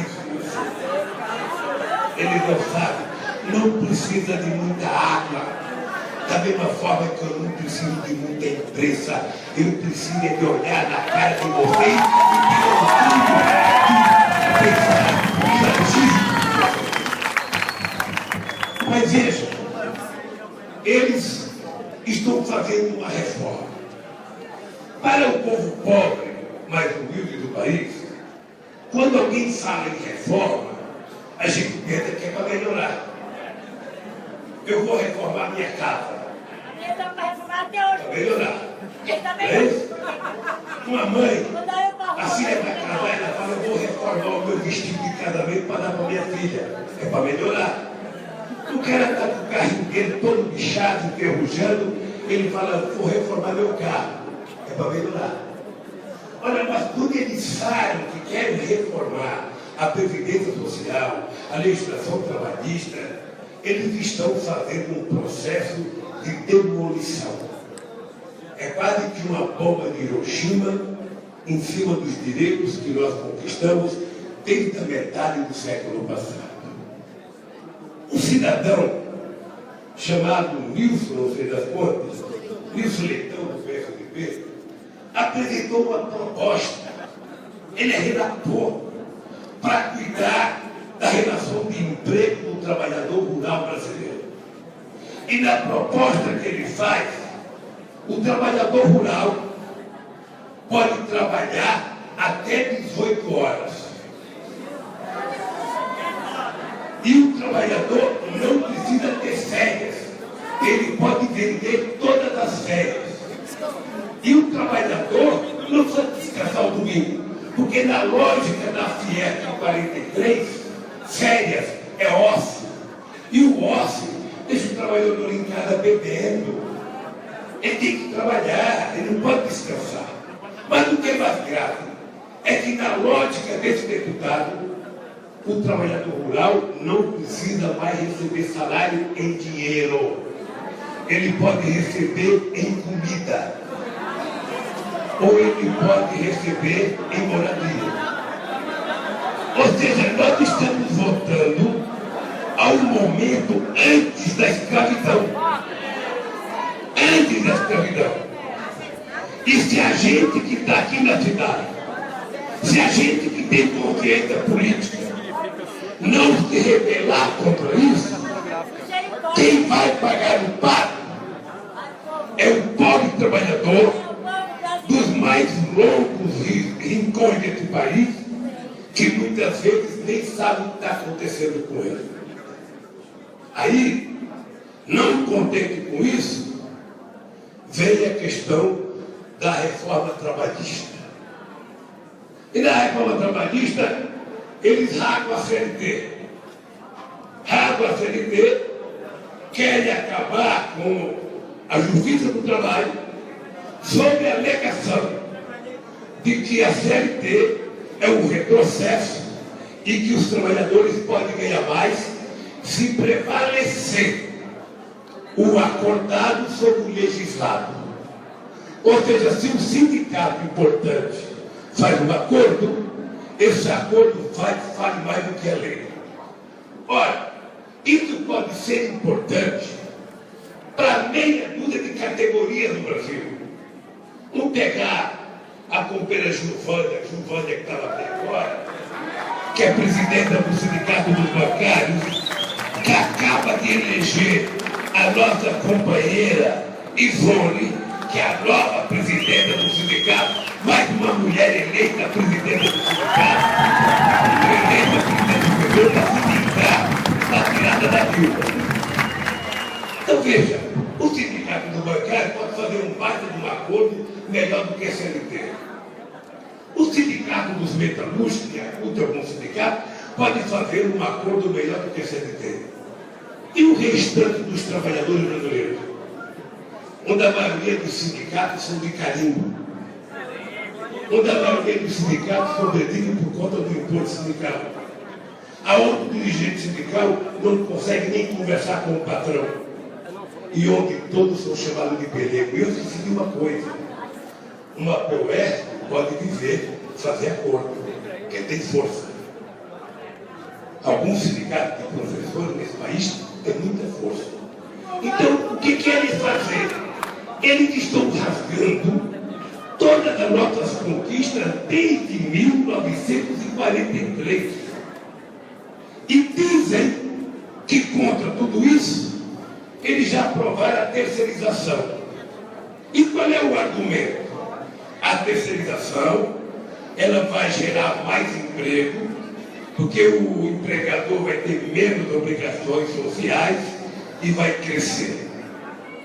Deixa eu contar uma coisa para vocês, que somente um viejo que se habla de 71 anos pode falar para o jovem. Não acredite nisso. Ninguém vai terceirizar para melhorar a condição de trabalho de vocês ou o salário de vocês. Na Caixa Econômica Federal, que tem muita gente terceirizada, os terceirizados ganham 1/3 do trabalhador que é concursado na Caixa. Na Petrobras, os terceirizados ganham menos da metade dos trabalhadores concursados na Petrobras. E eles não querem terceirizar para dar mais conquista para vocês. Eles querem terceirizar não para vocês virarem empregado qualificado, para vocês ficarem sendo pedintes de emprego ganhando um salário insignificante. E eles falam isso para quem conhece. Eu lembro do discurso dele. Eu lembro do discurso da modernidade, da robotização, do avanço científico e tecnológico. Durante muito tempo, eu fui convencido, não, a automação é importante, porque o trabalhador que trabalha no indústria automobilística, que trabalha na fundição, a fundição da Ford era chamada de Vietnã. Tal eram as condições de trabalho lá dentro. Ou não, agora que era soldador, vai tudo melhorar. Você vai deixar de trabalhar e você vai poder trabalhar na terra engravada. Você vai trabalhar com roupa limpa. Acaba o trabalho pesado dentro da fábrica. Era esse o discurso. Pois bem, eu vou contar o que aconteceu. Eu era presidente do sindicato em 1980. A Volkswagen produzia 1.500 carros por dia. tinha 44 mil trabalhadores. Hoje, ela produz 4 vezes isso e tem apenas 13 mil trabalhadores. Aqueles que trabalharam de terno e gravata, que eles diziam, estão morando em favelas, na frente da Volkswagen, ou espalhados pela periferia de São Paulo. A juventude hoje, a juventude brasileira, vocês que têm 22 anos, 23, 24, 25, 30 anos, precisam saber como era o meu tempo de jovem. Eu era torneiro mecânico, fresador, mandilhador, ferramenteiro. A gente ganhava um salário decente. Eu podia comer em restaurante 3 dias por semana, 3 dias por mês. Eu podia ter carro. Eu ganhava um salário equivalente, quem sabe, ao dobro de um médico do SUS naquele tempo. Com uma profissão de torneiro mecânico, eu sabia que eu tinha emprego em qualquer lugar desse país, de Boa Vista, Roraima, a Porto Alegre. Hoje, as coisas estão tão piores que vocês, com diploma universitário, não conseguem ganhar, às vezes, R$ 2.500 por mês. Tem meninas que se formaram em administração de empresa e continuam trabalhando de atendente no hospital. Tem jovem que se formou em direito e ganha R$ 2.500 prestando serviço em escritório de advogado porque não consegue mais. Então o que acontece? A juventude estudou, ela teve esperança, ela acreditou que ia ter melhora na sua vida.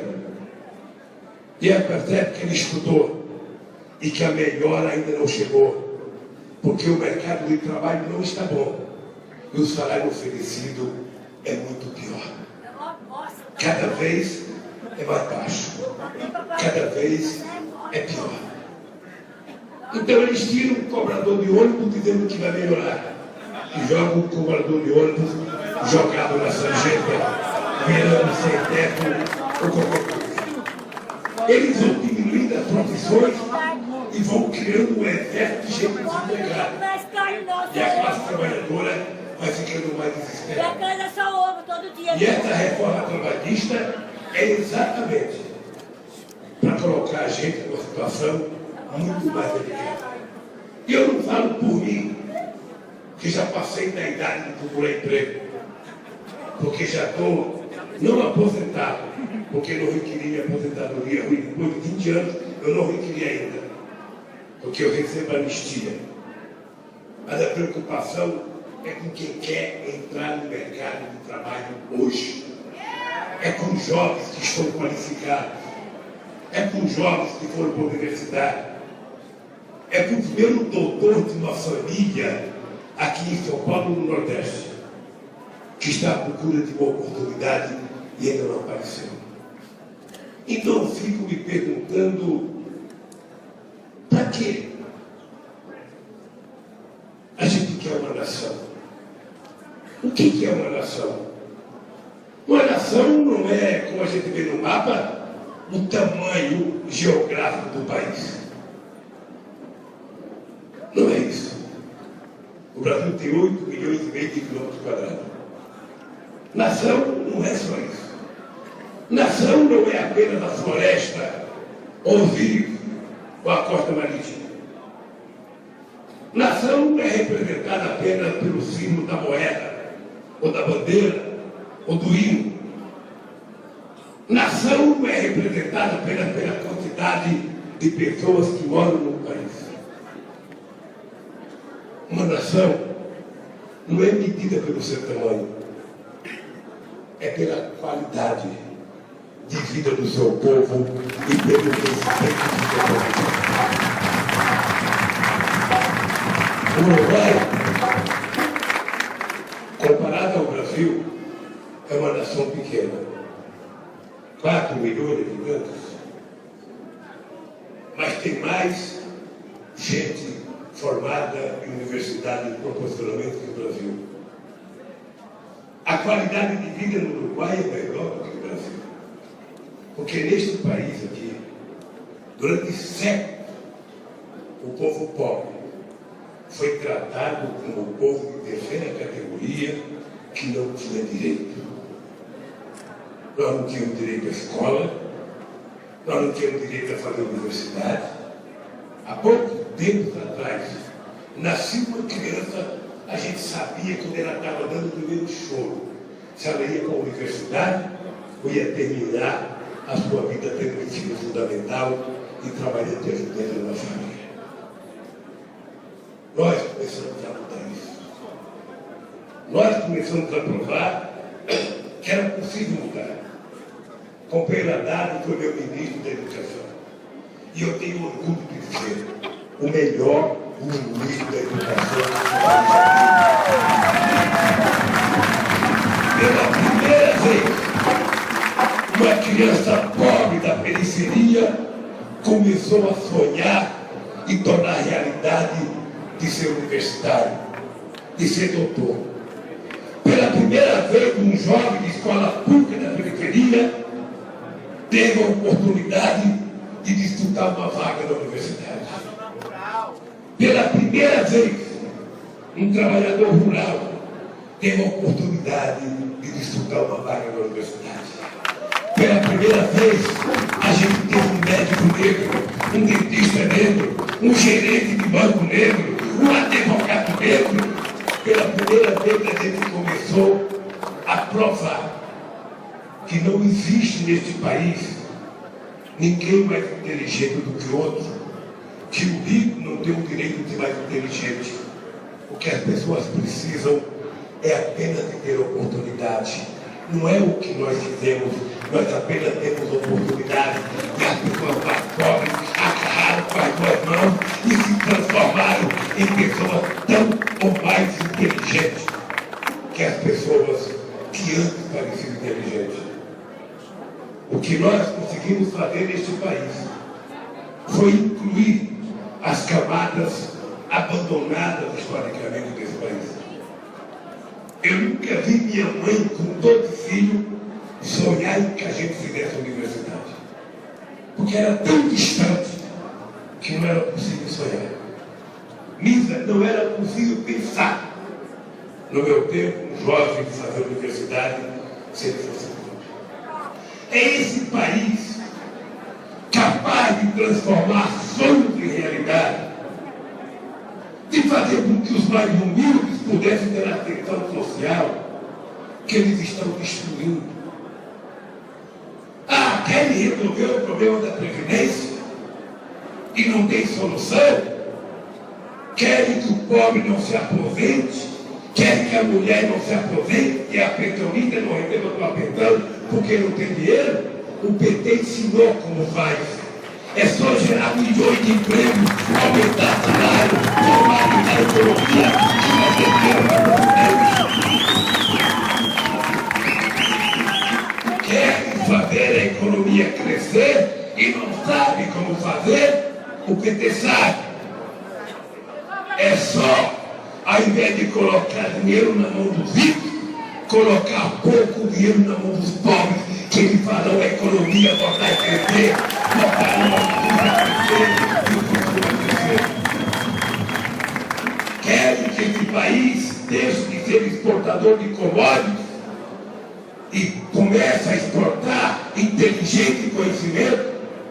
Pare com essa cretinice de tratar dinheiro da educação como gasto. Dinheiro da educação é um investimento e quanto mais a gente investir na educação, mais a gente vai crescer.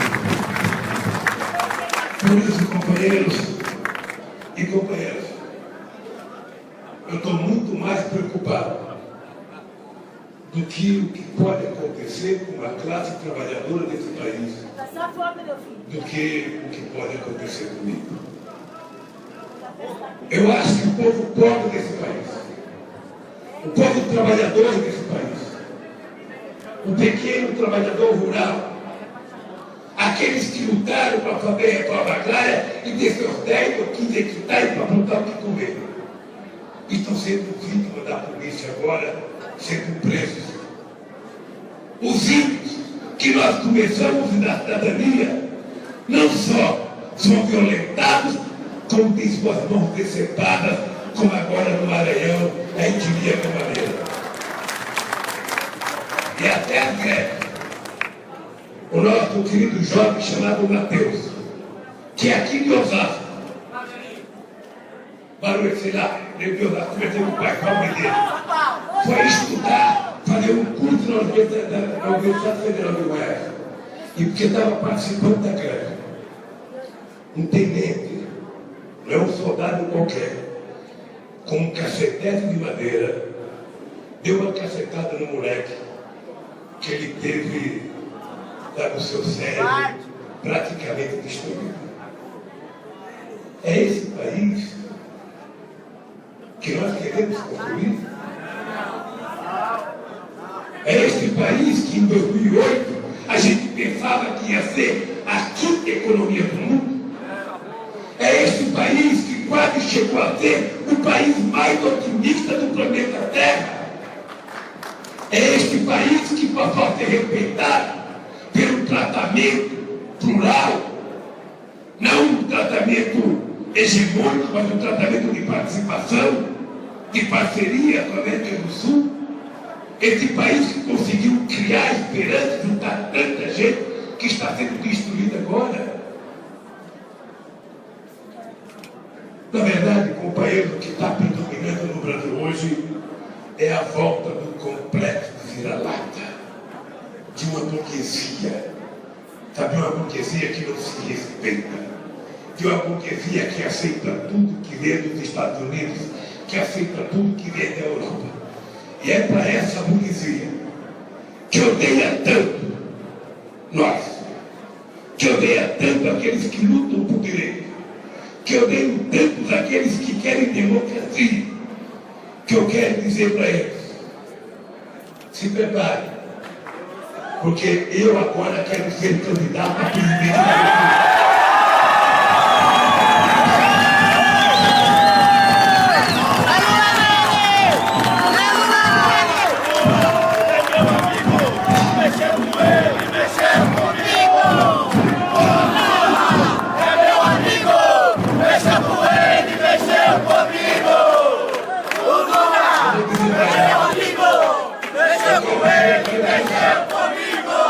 Uma coisa ruim. Muito bem, Lula! Que você é presidente do partido pode não gostar. Força do povo!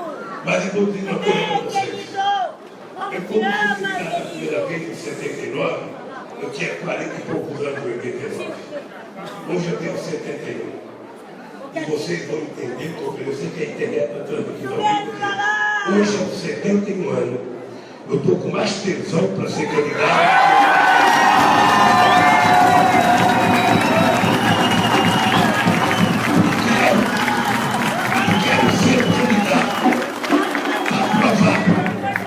Se a elite brasileira não tem condições de consertar esse país, nós temos. Eu não estou falando eu não, nós temos. Se eles querem tentar me impedir legalmente, que tentem. Muito bem! Nós vamos brigar na justiça. Mas eu vou andar por esse país. Porque eu vou dizer para quem quiser ouvir. Se quiserem me pegar nesse país, se quiserem evitar que eu seja candidato, vão ter que competir comigo andando nas ruas desse país.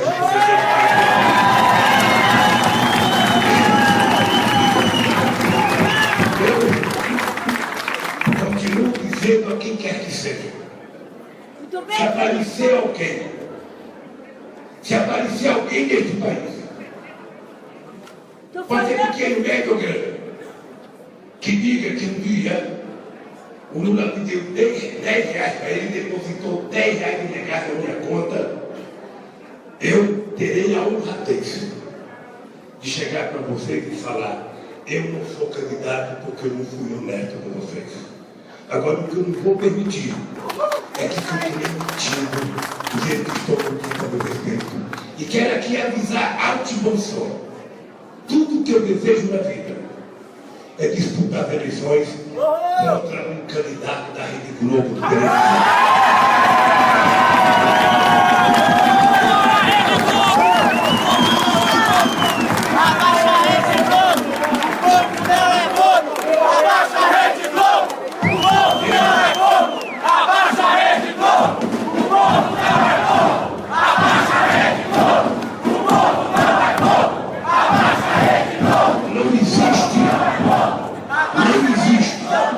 Nenhuma instituição no Brasil hoje, não se engane como eu me enganei, porque não foram poucos dos almoços que eu fiz com os maridos, não foram poucas as conversas que eu tive, que Dilma teve, não foram poucas as conversas, e eles nunca nos respeitaram, eles nunca falaram sequer parte daquilo que a gente dizia que eles falassem.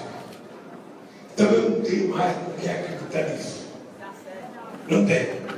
E eu quero que eles tenham um candidato que tenha um peito, que é para a gente poder fazer uma campanha dizendo claramente que nós vamos regulamentar os meios de comunicação.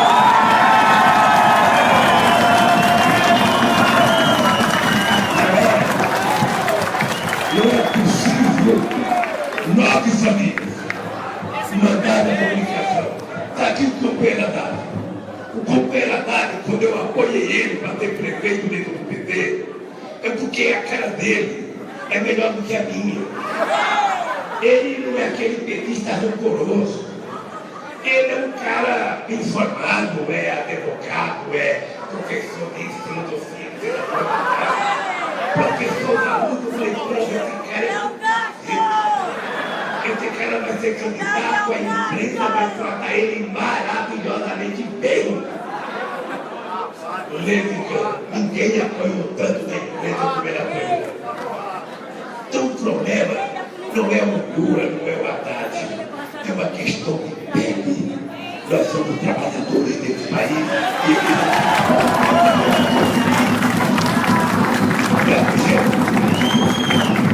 eu não fiquei mais radical, apenas fiquei mais maduro. Porque se esses empresários fossem honestos, todos eles estariam me agradecendo pelo que eu fiz nesse país. Todos eles. E eles apoiaram o golpe. Portanto, eu acho que nós temos que ter clareza que não tem treino, gente. Que nós só temos uma arma, é levantar a cabeça, lutar contra tudo que for beneficiar o trabalhador brasileiro e ter orgulho de ser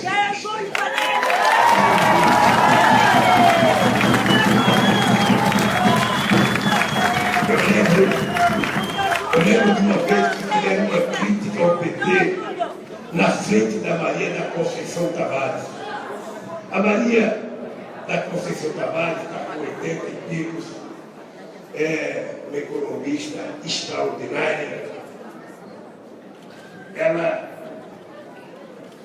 é muito eloquente. Então, fizeram uma crítica ao PT. Ela pegou o microfone e falou o seguinte: olha, deixa eu dizer uma coisa para você. Você quer criticar o partido político? Critique o seu. O PT tem defeito, o PT tem erros, mas o PT é o meu partido. Tu vai criticar o seu e não o meu partido.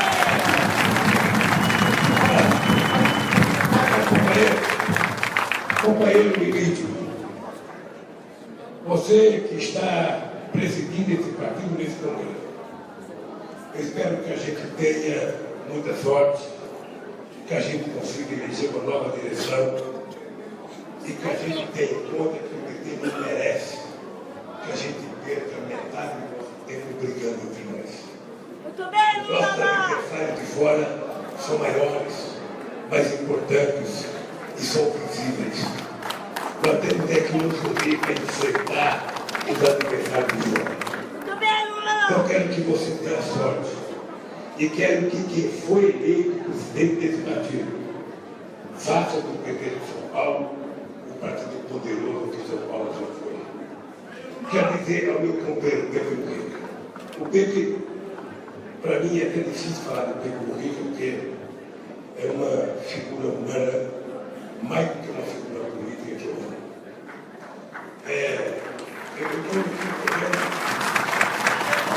Eu fico olhando a figura do Pepe Mujica e fico imaginando a perseguição que fazem a mim. Eu fico pensando o que é a perseguição que faz a mim diante do que fizeram com esse homem.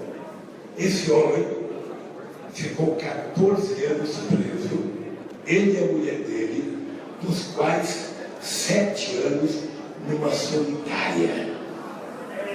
E esse homem sai da cadeia, maior do que eu. Esse homem sai da cadeia,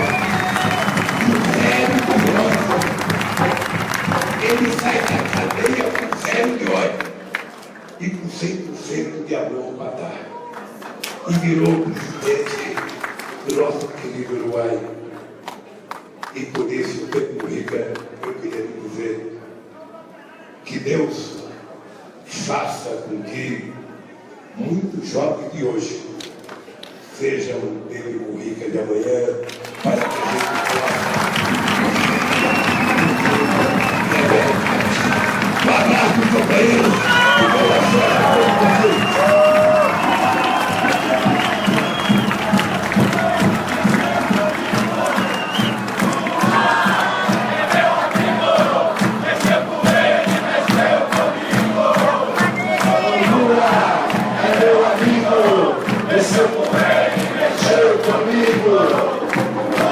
Gente boa, agradecer a presença de todos, agradecer aos internautas, dizer que o credenciamento